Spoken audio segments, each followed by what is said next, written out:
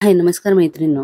गृहिणी असणं हे तुम्हाला बोरिंग वाटतं काय? म्हणजे कसं असतं, की तेच आपलं ठराविक रुटीन असतं, तीच आपली ठराविक कामं असतात आणि तोच आपला ठराविक लूक सुद्धा असतो. कारण आपली वर्क प्लेस ही आपलं घरच असतं आणि त्या घरातच राहायचंय, आपल्याला कुठे बाहेर जायचं नाही, ही भावना आपल्या मनात असते. त्यामुळे आता आपण कशाला तयार व्हायचं, असं सुद्धा आपल्याला वाटत असतं आणि त्यातून न संपणारी घरातील कामं, त्यामुळे तर शरीर अजूनच थकून जातं आणि म्हणूनच कधी तयार व्हावंसं वाटत नाही. त्यातूनच आळस येतो, कंटाळा येतो आणि मग मधूनच कुठल्या मैत्रिणीचा असा फोन आला, की आपण काय बोलतो, काय करतेस?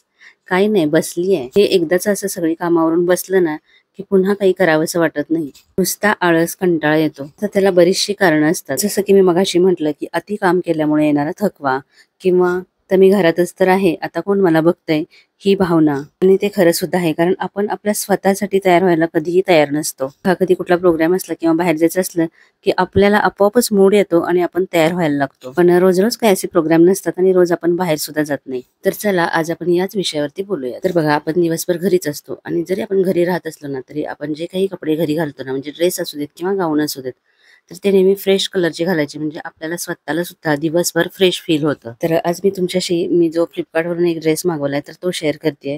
खूप सुंदर असं कलर कॉम्बिनेशन आहे आणि 3/4 स्लीव्ज आहे. स्लीव्हला आणि साईडला असे अपोजिट कलरचे काठ लावलेले आहेत. म्हणजे पूर्वी आपण जसे ड्रेस शिवून घ्यायचो ना, तर तशा टाईपचे. पण आता ना शिवून असे एवढे चांगले ड्रेस मिळत नाहीत. मला अशा प्रकारचे ड्रेस खूप आवडायचे आणि असा मला फ्लिपकार्टला दिसला. पण मला वाटलं की याचं कॉटन मटेरियल आहे, पण कॉटन नाहीये, मिक्स आहे. तरी ओके आहे आणि व्यवस्थित छान फिटिंग आहे. मी याच्यामध्ये एल साईज मागवलाय आणि कलर कॉम्बिनेशन सुद्धा सुंदर आहे. याच्यावरती ओढणी सुद्धा आहे आणि ओढणीचं कसं असतं बघा, आपण ज्या प्रकारे आपण ओढणी स्टाईल करू ना, तर त्या प्रकारे आपला लुक सुद्धा चेंज होतो. म्हणजे बघा, अशी साईडला आपण जर ओढणी घेतली ना, म्हणजे बऱ्यापैकी मोठी आहे तशी ही ओढणी आणि अशी जर आपण साईडनी घेतली ना, तर खूप छान फंक्शनल असा लुक येतो. म्हणजे ड्रेस किती पण साधा असला आणि ओढणी थोडीशी अशी हेवी असेल ना, तर खूप छान असा लुक येतो. किंवा कुठे बाहेर आपण गर्दीच्या ठिकाणी जाणार असू ना, तर असे प्लेन जे ड्रेस असतात ते थोडेसे अनकम्फर्टेबल वाटतात. तर त्यावरती जर आपण अशा प्रकारे ओढणी घेतली ना, तर ते दिसायला सुद्धा खूप साधं सोबर असं दिसतं आणि आपल्याला सुद्धा कम्फर्टेबल फील होतं. तर बघा, अगदी छोट्या-छोट्या गोष्टींनी सुद्धा आपण आपला लुक आहे तो चेंज करू शकतो. आणि अजून अशा प्रकारे जर आपण गळ्यातून पुढे अशी ओढणी घेतली ना, तर एक वेगळाच कॉन्फिडंट असा लुक तयार होतो आणि मला तर या पद्धतीने ओढणी घ्यायला खूप आवडतं. अगदी कॉलेजपासून मी या पद्धतीनेच ओढणी घेते. तर असं आपल्या लुक मधला छोटासा चेंज सुद्धा आपल्याला खूप फ्रेश फील करून देतो. चला, आजचा स्वयंपाक करता करता पुन्हा या विषयावरती बोलूया. तर आज मी करतेय पावभाजी. संध्याकाळसाठी चाललंय हे, पण मी लवकरच सुरुवात केली आहे. म्हणजे आता वाजलेत 5 आणि 5 वाजताच मी सुरुवात केली आहे करायला. तर नंतर संध्याकाळी मला बाहेर सुद्धा जायचं आहे आणि पावभाजी करायची म्हटली ना, की भाज्यांचा वगैरे खूप सगळीकडे पसारा होऊन जातो. त्यामुळं आधीच ते सगळं आवरून ठेवलं ना, की मग किचन सुद्धा एकदम आवरलेलं दिसतं. आणि अजून एक गोष्ट म्हणजे पावभाजी आधीच करून ठेवली ना, म्हणजे मग व्यवस्थित मुरते आणि मग जेव्हा आपण किती 8-9 वाजता वगैरे खाऊ ना, तर तेव्हा एकदम टेस्टी लागते. तर आज आहे ना, पूर्ण रेसिपी मी इथं सांगणार नाहीये, कारण आपण ज्या विषयावर बोलतोय ना, त्या विषयावरती मग बोलणं राहून जातं. म्हणून मग मी ही जी रेसिपी आहे ना, शॉर्टमध्ये दाखवेन, सांगेन. तर एका मैत्रिणीने कमेंट केलेली, की रेसिपी सुद्धा सांगत जावा. पण काय होतं ना, की मोठ्या व्हिडिओमध्ये जर आपण रेसिपी सांगत बसलो, की मग आपले जे मोटिव्हेशनचा चॅनल आहे, त्यामुळे जे बोलणं आहे ना, तर ते पूर्ण होत नाही. म्हणून मग मी शॉर्ट व्हिडिओमध्ये ह्या सगळ्या रेसिपीज आहेत त्या तुम्हाला सांगत जाईन. तुम्ही शॉर्ट व्हिडिओ सुद्धा नक्की बघत जा. तर आपण बोलत होतो, की फ्रेश उत्साही कसं राहायचं? कारण उत्साही राहण्यासाठी आवश्यक असते ती एनर्जी. 35-40 नंतर ना असं वाटतं, की तेवढी एनर्जीच नाहीये आपल्यामध्ये आणि त्यामुळे सतत थकवा, कंटाळा येत राहतो. त्याचं एक कारण म्हणजे हार्मोनल इम्बॅलन्स तर आहेच. पण आपण असं कितीही म्हटलं ना, तरी कधी-कधी आपल्याला आजूबाजूला दिसतं, की कितीतरी अशा बायका असतात, की ज्यांचा मेनोपॉज वगैरे झालेला असतो, ज्या 40-50च्या असतात. पण तरी सुद्धा त्या स्टील अशा एकदम उत्साही, एनर्जेटिक असतात. मग आपल्याला प्रश्न पडतो, की कुठून एवढा उत्साह यांच्याकडे येत असेल? तर काय असतं ना, कुणाला मुळातच खूप छान राहण्याची अशी आवड असते किंवा काही एम वगैरे असतं, काही मिळवण्याचं ध्येय असतं. आयुष्यात काहीतरी मिळवण्याची, काहीतरी करून दाखवण्याची खूप इच्छा असते आणि म्हणूनच त्या अशा उत्साही, एनर्जेटिक असतात. आणि गृहिणींचं काय होतं, की आपली प्रायोरिटी असते ती आपण स्वतः कधीच नसतो. आपली घर असते आणि रोजची ठरलेली कामं करायची हेच आपलं ध्येय असतं आणि ते ध्येय पूर्ण झालं, की मग काय? मग काही करायचं नसतं आणि त्यामुळेच खूप सारा आळस येतो. खरं तर ना, आपण सुद्धा खूप टॅलेंटेड असतो. आपल्याला सुद्धा खूप साऱ्या गोष्टी येत असतात.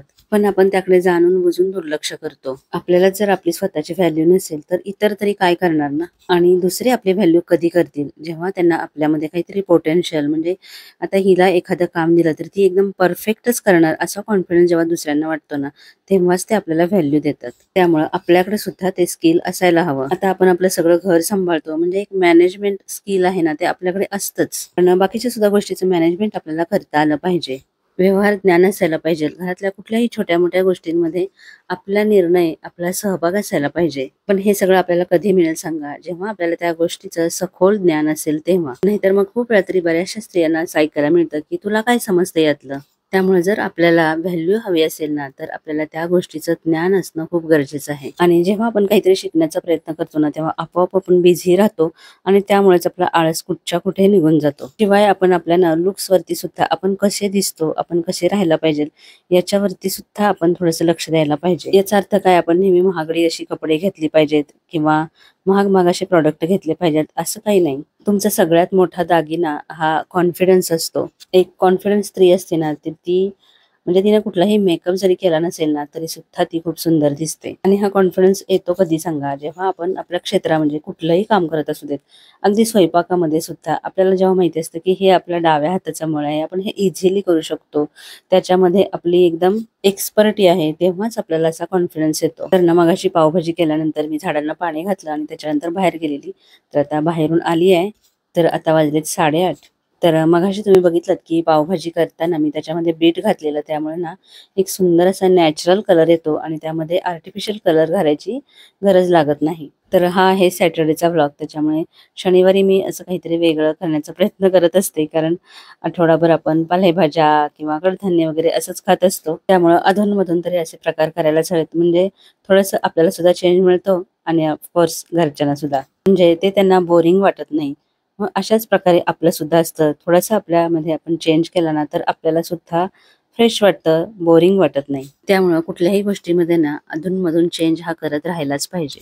तर बघा किती सुंदर नॅचरल असा कलर आलाय बीटमुळे आणि अशी आधी बनवून ठेवली ना, तर खरंच खूप टेस्टी लागते पावभाजी. खूपच टेस्टी झालेली. तर पावभाजी टेस्टी तर झालेलीच, पण ती देताना सुद्धा ना अशी छान अशी प्लेटमध्ये वगैरे जरी आपण आपल्या घरातल्यांना देत असलो ना, तरी सुद्धा अशी छान अशी प्लेट करून द्यायची. आणि जेव्हा आपण घरातल्याच अशा छोट्या-छोट्या गोष्टींमध्ये सुद्धा सौंदर्य शोधण्याचा प्रयत्न करायला लागतो ना, तेव्हा आपोआपच आपल्याला फ्रेश वाटतं. चला तर आता अजून एक टेस्टी अशी रेसिपी मी तुमच्याशी शेअर करते आणि ती करता-करता तुमच्याशी गप्पा मारणार आहे. तर ही सकाळीच बनवलेली. तर मी बनवते एकदम सोपी, झटपट तयार होणारी अशी कुल्फी. तर आता कुल्फी बनवणं एवढं पण काही अवघड नाहीये. एकदम सोपी रेसिपी आहे आणि खूप दिवसानंतर मी ही बनवते आहे. म्हणजे ना पहिले असे खूप वेळा असे पदार्थ बनवले जायचे. जेव्हा मुलं लहान होती ना, तेव्हा आमच्या शेजारी सुद्धा भरपूर लहान-लहान मुलं होती. मी असे पदार्थ आम्ही सगळ्याच जणी बनवायचो. पण आता मुलं मोठी झाली, त्यामुळे आता काय हे पदार्थ जास्ती बनवले जात नाहीत. पण खरं सांगू का त्यावेळेला इतक्या वेळेला आम्ही बनवायचो आणि इतके वेगवेगळे प्रकार अगदी ही मलाई कुल्फी, मँगो कुल्फी आणि आईस्क्रीमचे कितीतरी प्रकार आणि केक आणि सतत तेव्हा असे पदार्थ बनवले जायचे. कारण मुलं सुद्धा खुश व्हायची आणि फक्त आपल्या घरात बनवलं तर फक्त आपल्यासाठीच नाही तर सगळ्यांना हे देणं व्हायचं. आणि त्यामुळं भरपूर प्रमाणात सुद्धा बनवायला लागायचं. आता तर इथं मी फक्त अर्धा लिटरचीच बनवते आहे. आणि आता ते आठवलं ना, की असं वाटतं कसे एवढे सगळे पदार्थ आपण बनवत होतो. एवढी एनर्जी कुठून येत होती. खरं तर आपलं एज हा सुद्धा एक मोठा फॅक्टर असतो. पण ते वय असतं ना, तेव्हा आपण नवीन-नवीन गोष्टी शिकत असतो. आपल्याला नवीन काहीतरी करून दाखवण्याची सुद्धा इच्छा असते आणि त्यामुळेच ती तेवढी एनर्जी असते. पण आता 40 नंतर काय होतं, की खरं तर हे प्रकार करायचा कंटाळा सुद्धा येतो आणि शिवाय डाएट सुद्धा असतं. जास्ती गोड सुद्धा खायचं नसतं आणि त्यामुळेच हे असे पदार्थ करणं कमी होतं. तर आता जरी मी तुम्हाला पूर्ण रेसिपी दाखवत नसले तरी सुद्धा तुम्हाला समजलंच असेल, की जे अर्धा लिटर दूध होतं ना, ते मी आटवलं आणि त्याच्यामध्ये फक्त मी दूध मसाला टाकलाय आणि जास्ती पण आटवायचं नाही कारण थंड झाल्यानंतर अजूनच ते घट्ट होतं. तर आता माझ्याकडे हे बघा असे मोल्ड आहेत आणि ते किती जुने आहेत तुम्हाला दिसत असेल. चेपलेले वगैरे आहेत आणि खूप सारे होते पण आता मी शोधलं तर मला 2च सापडले. आता हे माझ्याकडे होते म्हणून मी याच्यामध्ये लावले कारण मस्त असा कुल्फीचा शेप येतो.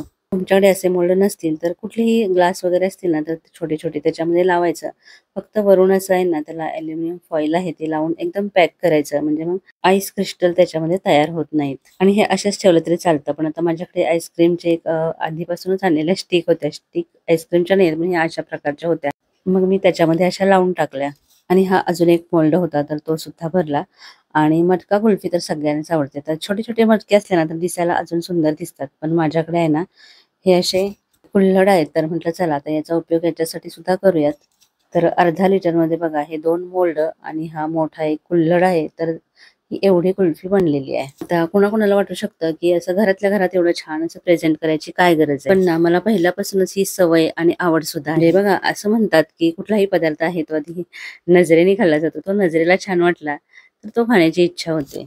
आपल्या एका मैत्रिणीने अशी कमेंट केलेली की ताई तुमच्या घरातील सगळी भांडी किती सुंदर आहेत, प्रत्येक गोष्ट किती छान आहे. तसं तर प्रत्येक स्त्रीला ही जात्याच आवड असते, पण कधी कधी काय होतं माहितीये का, आपल्या स्वतःसाठी जेव्हा विचार करायची वेळ येते ना, तेव्हा आपण बघा चांगले चांगले कप किंवा काही आपली क्रोकरी वगैरे असते ना, तर ती आपण पाहुण्यांसाठी ठेवून देतो. तर असं नाही करायचं, आपल्या स्वतःसाठी सुद्धा वापरायची ती. चला तर आता फ्रीजर मधून कुल्फी बाहेर काढलेली आहे. जवळजवळ रात्रभर ती राहिली, कारण त्या दिवशी तर संध्याकाळी ती काही खाऊन झाली नाही. आणि आता दुसऱ्या दिवशी मी ती फ्रीजर मधून बाहेर काढली आहे. चांगली छान अशी सेट झालेली. आता आपण एवढी छान कुल्फी बनवलेलीच आहे, तर ती छान अशा डिश मध्ये सुद्धा आपण ती प्रेझेंट करूयात असं मला वाटलं. आणि माझ्याकडे आहे ही प्लेट, आणि ही सुद्धा मी मागच्या वेळेला जेव्हा कुल्फीची रेसिपी दाखवलेली ना, म्हणजे झाली असेल तर आता 2 वर्ष, तर तेव्हा आणलेले. तर म्हटलं आहेच आता, तर तिचा सुद्धा उपयोग करूया. दिसायला ही छान दिसतं ते. आता कुल्फी बाहेर काढण्याआधी हे मोल्ड आहेत ना, हे असे हाताने हलवून घ्यायचे, म्हणजे हाताची गरमी आहे ना त्याच्यामुळे ते खूप थंड असतं, तर ते कुल्फी अशी व्यवस्थित अलगदपणे बाहेर येते. पण आता झालं काय माहितीये का, की ह्या शूट करायच्या नादात तसा बराचसा वेळ जातो, म्हणजे कॅमेरा इथून तिथं सेट करण्याच्या नादामध्ये थोडीशी ही जास्तच वेळ बाहेर राहिलेली आहे. कुल्फीचं कसं आहे माहिती आहे, फ्रीजर मधून काढून जर ती अशी जास्त वेळ बाहेर राहिली की लगेचच वितळते. तर किती सुंदर अशी कुल्फी झाली आहे बघा आता बाहेर काढल्यानंतर. खरंच खूप टेस्टी सुद्धा लागत होती, आणि तिच्या अशा शेपमुळे तर ती अजूनच छान वाटते. तर बघा आता किती सुंदर अशी कुल्फी तयार झालेली आहे. फक्त ती जास्त वेळ बाहेर आली की लगेचच वितळते. आणि झालेलं असं की पाऊस नेमका पडायला सुरुवात झालेली, त्यामुळे आधीच लाईट गेलेली, त्यामुळे फ्रीज सुद्धा बराच वेळ बंद होता. तर तुम्ही सुद्धा या प्रकारे ट्राय करा, खूप सुंदर कुल्फी होते. आणि आज आमच्याकडे पहिला पाऊस पडलेला आहे, त्यामुळे तर वातावरण खूप सुंदर झाले, त्याच्यामुळे अजूनच फ्रेश असं वाटत आहे. तर आजचा व्हिडिओ कसा वाटला हे मला नक्की कमेंट करून सांगा. आणि त्याच्यातच आता नेहमीप्रमाणे व्हिडिओ लाईक करायला अजिबात विसरू नका. आणि अजून सबस्क्राईब केलं नसेल तर प्लीज सबस्क्राईब करा, आणि ऑल बटन आहे ते प्रेस करा, म्हणजे सगळे नोटिफिकेशन तुम्हाला मिळत जातील.